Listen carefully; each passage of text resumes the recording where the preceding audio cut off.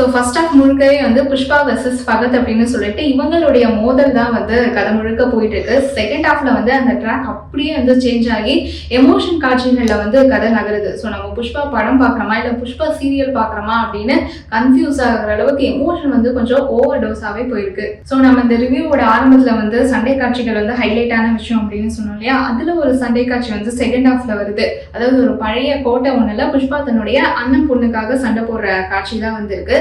So ஒரு பக்கம் வந்து இந்த ஃபைட் சீக்வன்ஸ் வந்து பார்க்கறதுக்கு மாசா இருந்தாலே இன்னொரு பக்கம் வந்து நமக்கு கொஞ்சம் சிரிப்பும் வரதான் செய்யுது. ஏன்னா ஃபர்ஸ்ட் பார்ட்ல வந்து ஒரு ஃபைட் சீக்வன்ஸை வந்து இங்க ரீகால் பண்றாங்க. அதாவது ஃபர்ஸ்ட் பார்ட்ல வந்து புஷ்பாவோட கையை கட்டிட்டாங்க. ஸோ அப்போ வந்து புஷ்பா வந்து காலையே ஃபைட் போடுவாங்களா. ஸோ அதனால வந்து செகண்ட் பார்ட்ல புஷ்பாவோட காலையும் சேர்த்து கட்டி விட்டுறாங்க. புஷ்பா வந்து வாயில சண்டை போடுறாரு. அப்போ தேர்ட் பார்ட்ல வந்து வாயை கட்டிடுவீங்களாடா அப்படிங்கிற மாதிரி எல்லாம் வந்து நமக்கு மைண்ட்ல போகுது.